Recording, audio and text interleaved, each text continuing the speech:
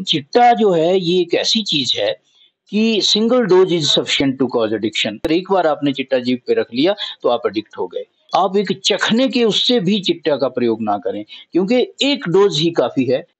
Hello doctor के इस खास कार्यक्रम में आप सभी दर्शकों का स्वागत है।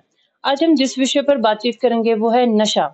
क्योंकि आए दिन देखा जा रहा है जो युवा वर्ग है चाहे अन्य वर्ग है वो नशे की ओर ज्यादा खींचते आ रहे हैं। उस बातचीत के लिए आज हमारे साथ मौजूद है deputy medical superintendent IGMC Shimla के प्रवीण एस भाटिया। सबसे पहले तो सर आपका स्वागत है हिमाचल दर्पण में। धन्यवाद। देखिए, आज से कुछ साल पहले तक नशे की जो परिभाषा थी वो अलग थी।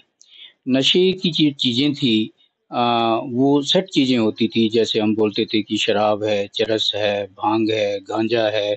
ये चीज़ें जो हैं वो नशे की चीज़ें गिनी जाती थी। लेकिन अगर आप वर्तमान परिप्रेक्ष्य में देखें तो युवाओं ने नशे की ऐसी-ऐसी चीज़ें खोज निकाली हैं, ऐसी-ऐसी चीज़ों का जो है युवा लोग नशा कर रहे हैं जिनको आज से पहले नशे में नहीं गिना जाता था। आजकल के जो बच्चे हैं वो आयोडेक्स ब्रेड पे लगा के खा रहे हैं, बूट पॉलिश ब्रेड पे लगा के खा रहे हैं, या जो ऐसे पदार्थ होते हैं कि जिसको जो फेविबॉन्ड है, फेविक्विक है, आपके ऐसे लोशंस हैं, आपका नेल पॉलिश रिमूवर है, आपके इंक रिमूवर हैं, उनको सूंघ रहे हैं। और ये इसका जो है एक कानूनी पहलू ये भी है कि इनके खिलाफ जो है कोई भी किसी भी तरह का एक्शन नहीं किया जा सकता। अगर कोई बच्चा अपने बैग में जो है आयोडेक्स या कोई वो लेके जा रहा है, कोई बूट पॉलिश की 10 डब्बियाँ लेके जा रहा है, या कोई फेविक्विक या फेविबॉन्ड या इंक रिमूवर या ऐसा कोई सॉल्यूशन लेके जा रहा है, तो पुलिस उसके खिलाफ कोई कार्रवाई नहीं कर सकती क्योंकि ये नो डाउट कि वो नशे के लिए यूज़ हो रहा है, लेकिन कानूनन वो नशे की उसमें परिभाषा में नहीं आता है। बच्चों के लिए जो है पेरेंट्स की एक्सपेक्टेशंस हैं और टीचर्स की एक्सपेक्टेशंस हैं, बच्चों की अपनी बड़ी हाई ड्रीम्स और एक्सपेक्टेशंस होती हैं, सब तरफ से प्रेशर है, करियर का प्रेशर है। कई बार जो है उस चीज़ से बचने के लिए जो है वो इस तरफ एक टेम्परेरी रिलीफ पाने के लिए जो है नशे की तरफ झुकते हैं। जैसे बच्चा स्कूल से निकल कर कॉलेज में जाता है, तो कॉलेज में कोई पीयर प्रेशर होता है, आपके फ्रेंड्स यूज़ करते हैं, वो आपको प्रेशराइज़ करते हैं कि आप भी इस चीज़ को यूज़ कीजिए। या फिर टीनेज में क्या होता है कि आपको अपने करियर की ज़्यादा चिंता होती है। फिर आपको जो है जैसे लव अफेयर फेलियर्स हैं, इस तरह की चीज़ें हैं, वो जो है यंग बच्चों को जो है नशे की तरफ झुकने के लिए मजबूर करती हैं। एडल्ट में भी करियर की चिंता है, आपको नौकरी नहीं मिल रही है, उस तरह की कोई चिंता है, या आपको नौकरी मिल गई है तो ऑफ़िस में वर्कलोड है, आपका बॉस आपको तंग करता है, बॉस के साथ प्रॉपर आपका सामंजस्य नहीं बैठ रहा है, या फिर पारिवारिक जीवन में आपको टेंशन है, वो जो है नशे की तरफ जो है झुकाव के लिए जो है वो आदमी को प्रेरित करती है। नशे की देखिए बड़ी सिंपल सी पहचान है। पहली बात तो है जिसको हम अपनी मेडिकल भाषा में कहते हैं, वो है अल्टर्ड बिहेवियर, यानी कि व्यवहार में बदलाव। हमारे पास कई बार पेरेंट्स आते हैं, वो बोलते हैं कि जी हमारा जो बच्चा था, वो पहले बड़ा रिज़र्व रहता था, चुप-चुप रहता था, चुपचाप रहता था। आजकल वो बहुत ज़्यादा बातूनी हो गया है, बहुत हँसता रहता है, बहुत बड़ी-बड़ी बातें करता है। या फिर कई बार पेरेंट्स कहते हैं कि जी हमारा जो बच्चा था बड़ा हँसमुख था, बड़ी अच्छी-अच्छी बातें करता था, हँसता-खेलता था, खूब बातें करता था, आजकल वो बिल्कुल साइलेंट हो गया है, रिज़र्व रहने लग गया है। एक पहली चीज़ ये है। दूसरा है पुअर पर्सनल केयर। जब आदमी नशे में पड़ जाता है तो अगर वो पहले बिल्कुल टिप-टॉप रहता था, रोज़ नहाता था, ब्रश करता था, शेव करता था, अच्छे वेल आयरन्ड अपने क्लोथ्स पहनता था, वो जो है एकदम से गंदा रहना शुरू कर दे, अपनी शारीरिक देखभाल जो है उसमें कमी आए, गंदे-मंदे कपड़े पहनने लगे और बड़ी-बड़ी उसकी दाढ़ी हो जाए, मतलब अपनी पर्सनल केयर के प्रति वो नेग्लिजेंट हो जाए, वो भी एक वार्निंग सिग्नल है। या फिर एक नशे की पहचान क्या है? एसोसिएशन विद क्राइम, कि अगर बच्चा कोई चोरी-चकारी करने लग जाता है, कुछ इस तरह की अनवांटेड एक्टिविटीज़ करता है, माँ-बाप की जेब से पैसे निकाल लेता है और उसको जो है बहुत ज़्यादा गुस्सा या बहुत ज़्यादा रोना, इस तरह का कुछ होता है, तो वो भी एक वार्निंग सिग्नल है।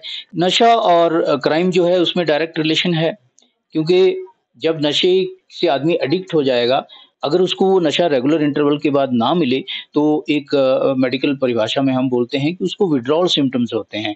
विथड्रॉल सिम्पटम्स या जिसको लोकल लैंग्वेज में हम बोलते हैं कि तोड़ पड़ता है। वो तोड़ जब पड़ता है, तो वो बड़ी एक प्रॉब्लमैटिक सिचुएशन होती है। उसमें जो है आपकी पाल्पिटेशन होगी, हार्ट बीट बढ़ जाएगी, आपकी स्वेटिंग होगी, शरीर के सारे स्त्राव बढ़ जाएँगे, आँखों से आँसू बहने शुरू हो जाएँगे, नाक से जो है पानी चलना शुरू हो जाएगा, आपके मुँह से लार टपकनी शुरू हो जाएगी, आपको डायरिया शुरू हो जाएगा, पेट दर्द शुरू हो जाएगी, मसल क्रैम्प्स शुरू हो जाएँगे और जो उसकी फाइनल स्टेज जो होती है उसको हम बोलते हैं विथड्रॉल सीज़र्स। सीज़र्स का मतलब है कि जैसे मिर्गी की तरह दौरे पड़ने शुरू हो जाएँगे और उनमें आदमी की जान भी जा सकती है। तो जब आदमी को विथड्रॉल होता है तो उसको वो नशा चाहिए ही चाहिए और जब वो नशा चाहिए तो नशे के लिए जो है फिर वो आदमी कुछ भी कर सकता है और शुरुआत होती है छोटी-मोटी चोरी-चकारी से, उसके बाद डकैती, उसके बाद फाइनली रेप एंड मर्डर। तो ये सारी चीज़ें जो हैं डायरेक्ट एक रिलेशन है जो है जुर्म में और नशे में कि आजकल एक अलग तरह का एक नशा जिसको चिट्टा बोलते हैं।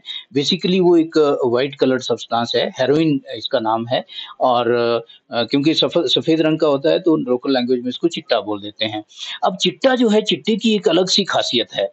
चिट्टे की क्या ख़ासियत है कि कोई भी और नशा है, उसका एडिक्ट बनने के लिए आपको वो नशा लंबे टाइम तक, सालों तक यूज़ करना पड़ेगा तब आप एडिक्ट बनेंगे। लेकिन चिट्टा जो है ये एक ऐसी चीज़ है कि single dose is sufficient to cause addiction.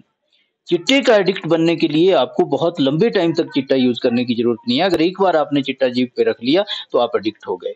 तो मेरा युवाओं से ये अनुरोध है कि कभी भी आप एक चखने के उससे भी चिट्टा का प्रयोग ना करें, क्योंकि एक डोज़ ही काफ़ी है एडिक्ट होने के लिए। अगर एक डोज़ आपने ले ली तो समझ लो आप एडिक्ट हो गए, फिर आपको वो चाहिए ही चाहिए। नशे का जो निवारण है, जिसको हम डी एडिक्शन ट्रीटमेंट बोलते हैं, वो संभव है।